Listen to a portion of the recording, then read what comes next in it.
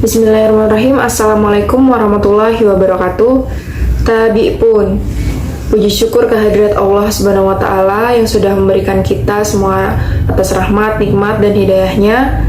Semoga menjadikan kita terus bertakwa kepada Allah Subhanahu wa Ta'ala. Tak lupa juga kita selalu panjatkan salawat serta salam kepada baginda Nabi Muhammad SAW yang sudah membawa umat dari zaman jahiliyah hingga zaman Islami yang penuh berkah ini. Yang saya hormati Ibu Widiarini Hartari, STPMSI, dan Ibu Nurmayanti, SPMSI, selaku dosen mata kuliah Manajemen Produksi Perkebunan. Perkenalkan, nama saya Ella Triwahyuni, NPM 19722021. Di sini saya akan presentasikan tentang perusahaan gula yang setelah kami buat dengan nama PT Sugarcane Bekri Sejahtera. Gula merupakan komoditi penting bagi masyarakat Indonesia, bahkan bagi masyarakat dunia. Manfaat gula sebagai sumber kalori bagi masyarakat selain dari beras, jagung, dan umbi-umbian, menjadikan gula sebagai salah satu bahan makanan pokok. Kebutuhan akan gula dari setiap negara tidak hanya untuk memenuhi kebutuhan pokok, tetapi juga karena gula merupakan bahan pemanis utama yang digunakan sebagai bahan baku pada industri makanan dan minuman.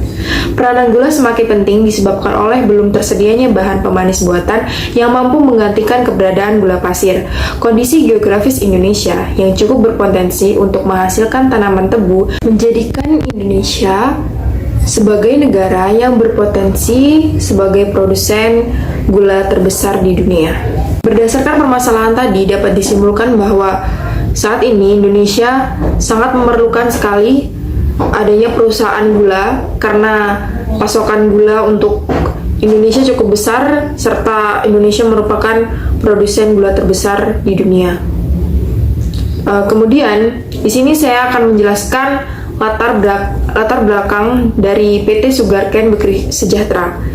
PT Sugarcane Bekri Sejahtera yang kami buat ini merupakan perusahaan yang mengelola tanaman tebu dengan produk utamanya adalah gula yang berkualitas unggul. Perusahaan ini didirikan pada tanggal 4 April 2022 oleh 6 mahasiswa Politeknik Negeri Lampung yang terletak di Kecamatan Bekri, Kabupaten Lampung Tengah, Provinsi Lampung. Kemudian di sini saya akan menjelaskan profil perusahaan dari perusahaan yang telah kami buat ini. Nama perusahaannya yaitu PT Sugarcane Bekri Sejahtera dengan bentuk perusahaan persero terbatas atau PT, jenis usahanya produksi hasil tanaman perkebunan dengan bentuk produknya gula pasir, dan tahun berdiri yaitu 4 April 2022 dengan lokasi di Desa Sinar Banten, Kecamatan Bekri, Kabupaten Lampung Tengah, Provinsi Lampung. Dengan nomor teleponnya dapat dihubungi melalui 085789912966. Kami memiliki email dengan nama sugarcanebekri.sejahtera@gmail.com dengan kode pos 34162. Perusahaan kami juga memiliki visi dan misi, yaitu visi misi dan perusahaan kami terdiri dari visinya yaitu menjadi produsen tebu yang paling efisien di ASEAN serta unggul dalam persaingan global, dengan misi mengembangkan usaha agribisnis berbasis tebu dan turunannya secara berkesinambungan, meningkatkan swasembada nasional melalui kinerja terbaik dalam pencapaian dan efektivitas produksi tebu, serta meningkatkan kinerja terbaik melalui pencapaian produktivitas dan efektivitas berorientasi pada kualitas produksi tebu dan pelayanan pelanggan prima, serta menjadi perusahaan yang memiliki komitmen tinggi terhadap kelestarian lingkungan dan masyarakat sekitar. Dan di sini kami memiliki logo perusahaan, dapat dilihat seperti gambar di samping. Saya akan menjelaskan filosofi logo perusahaan yang telah kami buat. Ada nama PT-nya yaitu PT Sugarcane Bekri Sejahtera, memiliki arti sebuah harapan untuk perusahaan agar selalu sejahtera sehingga mampu menghadapi segala bentuk rintangan dalam perusahaan dan dengan pesaing perusahaan lainnya. Kemudian ada warna putih yang digunakan sebagai latar belakang logo, melambangkan kesucian atau kebersihan atas segala bentuk kegiatan pengolahan tebu maupun manajerialnya. Kemudian ada warna hijau yang digunakan sebagai tulisan dan gambarnya melambangkan kemakmuran, kesegaran, dan kemajuan, yang memiliki arti bahwa menghasilkan bahan yang berkualitas tinggi untuk kemajuan dan kemakmuran perusahaan. Kemudian terdapat 6 helai daun yang ada di gambar melambangkan bahwa pendiri perusahaan tersebut terdiri atas 6 orang pendiri. Kemudian ada bentuk lingkaran, sangat cocok dengan perusahaan yang ingin memberikan kesan yang dinamis, bergerak, kemudian memiliki kecepatan, sesuatu yang berulang, tidak terputus, tidak memiliki awal atau akhir, kemudian memiliki kualitas, dapat diandalkan, dan sesuatu yang sempurna, serta kehidupan. Kemudian gambar 3 batang tebu pada logo melambangkan 3 sifat utama yang dimiliki perusahaan, yaitu tekad, fokus, dan kemajuan. Dan di sini saya akan menjelaskan struktur organisasi pada perusahaan kami. Struktur organisasinya, di sini ada manajer utama yaitu bernama Ari Wibowo, kemudian ada Ella Triuhini yaitu saya sendiri sebagai wakil manajer, Halim Gustiawan sebagai manajer personalia, kemudian ada Adisa Ramadhani Izati sebagai manajer keuangan, ada Faris Afandi sebagai manajer pertanaman, dan Farhan Herli Pratama sebagai manajer pemasaran. Langsung saja di sini saya akan menjelaskan slide selanjutnya. Dapat dilihat seperti yang ada di layar bahwa itu data produksi tebu dari tahun 2014 sampai 2019. Data tersebut diperoleh dari Badan Pusat Statistik Provinsi Lampung. Di situ ada 15 kabupaten, Lampung Tengah ada 15 kabupaten. Kemudian kita hitung rata-rata setiap kabupaten, kemudian diurutkan dari yang terbesar sampai yang terkecil. Ambil 3 kabupaten saja. Di sini dapat dilihat bahwa ada 3 kabupaten yang memiliki rata-rata produksi tebu. Yang paling besar terdapat pada Kabupaten Waikanan, kemudian yang kedua pada Lampung Tengah, dan yang ketiga di Kabupaten Lampung Utara. Rata-rata yang diperoleh yaitu Waikanan dengan jumlah rata-rata 47.876 ton, kemudian ada Lampung Tengah berjumlah 34.366 ton, dan yang terakhir yaitu Lampung Utara dengan jumlah 19.980 ton. Kemudian dilanjutkan dengan peramalan produksi. Di situ di gambar terdapat tahun prediksi, yaitu 10 tahun ke depan dari tahun 2020 sampai 2029. Kemudian kita hitung X-nya itu berasal dari tadi kan 2014 itu tahun pertama, kita hitung dari tahun pertama itu 2014, 2015 itu tahun kedua, kemudian tahun ketiga itu 2016, 2017 tahun keempat, sampai 2019 itu tahun kelima, tahun ke-6. Kemudian langsung ke 2020 dihitung dengan tahun ke-7, dan seterusnya sampai tahun 2029, X-nya yaitu tahun ke-16. Kemudian langsung saja dihitung dengan menggunakan rumus Excel yang sudah dibuat di Excel, dan dihasilkan rumus yaitu pada warna hijau yaitu Waikanan dengan rumus min 137 13x dikurang 16.080. Kemudian rumus yang kedua yaitu Lampung Tengah dengan warna sedikit abu-abu, yaitu dengan rumus Y sama dengan 5.904,9x ditambah 7.971,5. Kemudian di Lampung Utara dengan warna orange dengan rumus Y sama dengan 2085,3x ditambah 6.021,4. Kemudian langsung saja dimasukkan ke data tadi, yaitu X nya dimasukkan 10 seperti dimasukkan, yaitu X-nya 7, 8 pada masing-masing tahun dan pada masing-masing wilayah. Kemudian didapatkan total produksi tebu, yaitu Lampung Tengah dengan totalnya 758.778,5 ton. Kemudian pada Kabupaten Waikanan yaitu 1.416.195 ton. Kemudian pada Lampung Utara yaitu 300.023,5 ton. Itu total masing-masing produksi pada 10 tahun yang akan datang pada masing-masing wilayah. Kemudian langsung saja ke peta lokasi. Dapat dilihat gambar yang ada di layar bahwa kami mengambil di Desa Sinar Banten, Bekri, Kabupaten Lampung Tengah. Nah, ini wilayahnya. Langsung saja ke pertimbangan lokasi. Perusahaan kami ini memproduksi tebu menjadi gula pasir. Kami mengambil di daerah Lampung dikarenakan kondisi lahan yang cocok. Kondisi lahan ini tuh cocok untuk tanaman tebu. Kemudian konsumsi gula yang cukup banyak dan produksi gula yang cukup sedikit untuk daerah Lampung, terutama pada daerah Lampung Tengah. Berdasarkan peramalan yang sudah kami lakukan, produksi di Provinsi Lampung akan terus meningkat selama 10 tahun ke depan, yang artinya Provinsi Lampung berpotensi membuka perusahaan baru.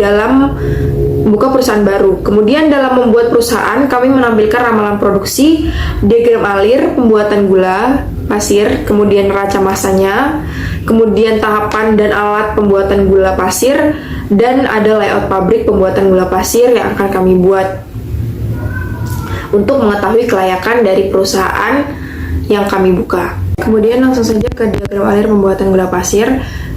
Di situ terdapat pemerahan atau gilingan, kemudian pemurnian, penguapan, kristalisasi, pemisahan, dan proses packing. Atau penggilingan yaitu kegiatan mengeluarkan nira dari dalam tebu dengan menambahkan air imbibisi. Kemudian jumlah rata-rata air imbibisi yaitu 25%. Pemurnian menghilangkan bahan non gula dengan menambahkan agen pemurni. Kemudian penguapan atau evaporasi yaitu menguapkan air pada nira hingga konsentrasi menjadi 65-70 brix dengan menggunakan lebih dari satu evaporator. Kemudian kegiatan kristalisasi yaitu membentuk kristal gula dengan dibantu menambahkan bibit kristal pemisahan. Kemudian pemisahan dilakukan untuk memisahkan kristal gula dari molasses yang menempel dengan cara sentrifugasi. Kemudian langsung saja ke neraca massa pembuatan gula pasir. Di neraca massa pembuatan gula pasir tersebut terdapat proses-prosesnya hingga menjadi bentuk gula. Pada proses pembuatan gula pasir, mulai dari ampas, blotong, hingga air kondensasi, kemudian menjadi tetes tebu, itu dari bahan baku tebu yang awalnya 100% tebu menjadi hanya sekitar 8,5% yang menjadi gula. Kemudian langsung saja ke tahapan dan alat pembuatan gula pasir. Di sini ada tahap persiapan. Tahap persiapan merupakan tahap dalam mempersiapkan tebu untuk digiling. Kemudian tahap ini tebu dari perkebunan diangkut dengan menggunakan lori dan truk. Kemudian tebu dari pengangkutan akan menuju ke meja tebu. Selanjutnya, tebu menuju ke dalam can cutter atau pisau tebu untuk dipotong menjadi bagian-bagian yang kecil. Kemudian akan dimasukkan ke unikator untuk dicacah menjadi serabut yang halus agar mempermudah dalam proses penggilingan nanti. Kemudian dilanjutkan dengan tahapan penggilingan. Pada tahapan penggilingan, pemerasan batang tebu dilakukan di antara rolol yang berputar sehingga nantinya akan diperoleh nira yang sebanyak-banyaknya. Tetapi sebelum tebu masuk dalam tahap penggilingan, ada pengerjaan pendahuluan berupa dihancurkannya batang tebu agar proses ketika masuk dalam penggilingan lebih mudah. Kemudian ada tahapan selanjutnya. Yaitu tahapan pemurnian. Nah, pada tahapan pemurnian ini alat-alat yang digunakan pada tahap pemurnian antara lain yaitu Bologna atau merupakan alat yang digunakan untuk mengetahui berat nira mentah yang dihasilkan tahap penggilingan. Kemudian ada juice heater, merupakan salah satu jenis alat penukar panas untuk menaikkan suhu nira mentah. Juice heater ini digunakan untuk dua jenis, yaitu juice heater 1 untuk menaikkan suhu sampai 700 derajat Celcius dan juice heater 2 untuk menaikkan suhu sampai 105 hingga 1100 derajat Celcius yang masing-masing mempunyai tujuan sendiri-sendiri. Yang ketiga ada static tank, yaitu merupakan alat untuk mencampur nira mentah dan air kapur atau CaOH2 serta nira kental yang disebut sakarat. Kemudian yang keempat ada sulfite tower, merupakan tempat pencampuran antara sakarat dan SO2 secara counterflow. Kemudian ada rotary sulfur, yaitu burner, yang merupakan alat untuk menghasilkan SO2 dengan cara pembakaran pada suhu 80 derajat Celcius menggunakan burner. Kemudian ada reaction tank, merupakan tempat bereaksi antara sakarat dan SO2 sebelum masuk ke juice heater 2 yang di dalamnya terdapat pengaduk agar homogen. Kemudian ada flash tank, merupakan alat untuk menghilangkan gas-gas yang tidak terembunkan pada nira karena dapat mengganggu proses pengendapan kotoran pada clarifier. Kemudian ada single triclarifier, merupakan alat untuk memisahkan nira jernih dan impurities dengan cara mengendapkan impurities menggunakan flokulan. Cara kerjanya adalah dengan ditambahkan flokulan berupa superflock dan diputar dengan kecepatan rendah. Kecepatan putar clarifier ini adalah 12 rpm, suhu 100 sampai 105 derajat Celcius dan resident time antara 20 sampai 30 menit. Endapan yang berbentuk dialirkan ke rotary vacuum filter dan nira kemudian disaring dengan DSM screen sehingga didapatkan nira jernih. Kemudian ada rotary vacuum filter, merupakan alat memisahkan antara blotong dengan nira yang terkandung pada blotong. Langsung ke tahap penguapan. Di tahap penguapan ini ada alat-alat yang digunakan, yaitu antara lain evaporator, merupakan alat yang berfungsi untuk menghilangkan uap air yang terdapat dalam nira jernih hingga menjadi nira kental. Kental nira yang diharapkan itu dari proses evaporasi antara 30 sampai 35 BE atau beum. Terus kemudian kondensor yang berfungsi untuk membuat kondisi vakum dan menarik uap gas hasil penguapan. Cara kerjanya adalah pengembunan steam hasil penguapan dengan mengontakkan dengan air sehingga terjadi penurunan suhu. Kemudian ada pompa vakum yang berfungsi untuk menarik gas-gas yang tidak terembunkan dan mengeluarkannya dari kondensor pompa air injeksi. Dari kondensor. Kemudian ada pompa air injeksi. Itu berfungsi untuk memompakan air injeksi ke dalam kondensor sehingga uap yang masuk ke kondensor akan berkontak dengan air dan mengakibatkan terjadinya pengembunan dan penurunan suhu. Ke tahap penyelesaian, alat-alat yang digunakan pada tahap misalnya ada vibrating screen. Vibrating screen ini kristal gula dari alat sentrifugal akan mengering, kemudian karena pemberian steam pada putaran dan adanya kontak dengan udara luar selama perjalanan ke vibrating screen. Vibrating screen juga berfungsi sebagai penyaring untuk menggerakkan vibrating screen, yaitu dihubungkan dengan dihubungkan dengan rode eksentrik oleh sebuah batang yang digerakkan dengan motor listrik. Vibrating screen ini dilengkapi dengan saringan dari anyaman kawat dengan 3 macam ukuran, yaitu 6 mesh untuk memisahkan gula kasar dengan gula produk dan gula kasar akan dilebur kembali. Kemudian 12 mesh untuk memisahkan gula produk dengan gula halus, ada 20 mesh untuk menghasilkan gula halus digunakan untuk kristal masakan. Kemudian ada silo. Silo ini berfungsi untuk menampung gula dan mempermudah pengepakan. Kemudian ada bucket elevator. Bucket elevator itu berfungsi untuk transportasi gula produk dari vibrating screen ke silo. Kemudian langsung saja ke layout perusahaan. Layout ini dipakai untuk melanjutkan pengaturan pabrik dan bagian-bagiannya, sehingga layout atau tata letak mencakup lokasi peralatan dalam bagian yang kecil dan mengatur letak bagian-bagian yang di atas bidang tanah bangunan. Proses produksi gula dari tebu prosesnya langsung memotong proses ke stasiun putaran gula A. Kemudian proses produksi gula dari stasiun timbangan, stasiun gilingan, stasiun pemurnian, kemudian stasiun evaporasi, ada stasiun masakan atau kristalisasi, kemudian stasiun putaran, dan stasiun penyelesaian. Ini ada gudang pembelian, yaitu tempat yang digunakan untuk menyimpan gula yang siap dijual. Kemudian ada gudang gula. Gudang gula ini adalah tempat untuk penyimpanan gula yang sudah dikemas dalam bentuk karungan. Kemudian ada panci tetes, adalah alat yang digunakan sebagai tempat proses pembuatan molase.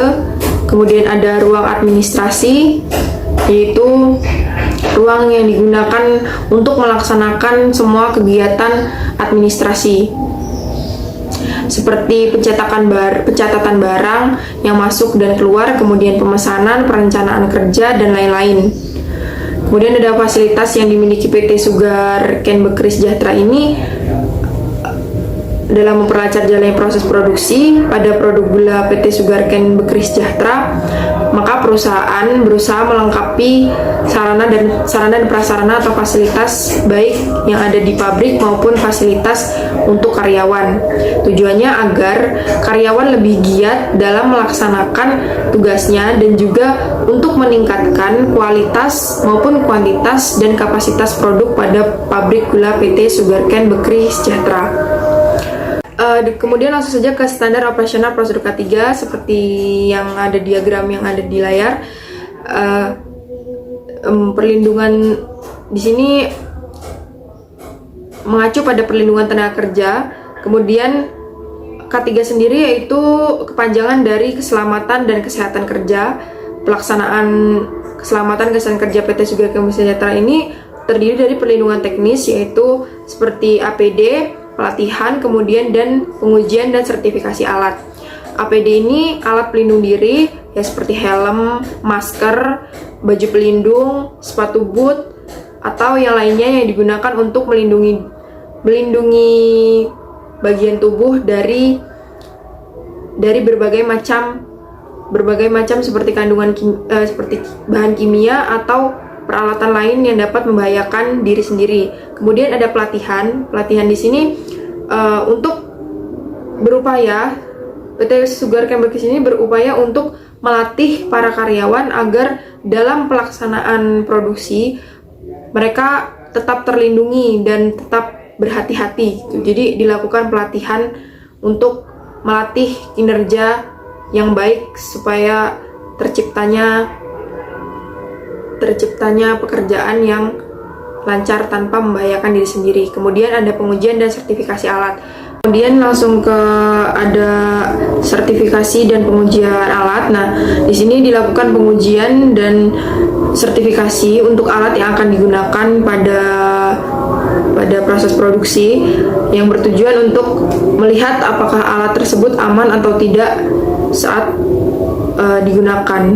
Kemudian langsung saja ke produk dan kemasannya. Nah, ini adalah di layar ada gambar kemasan produk yang PT Sugarcane Bekri Sejahtera gunakan untuk melakukan pemasaran. Kemasan produk yang dimiliki PT Sugarcane Bekri Sejahtera.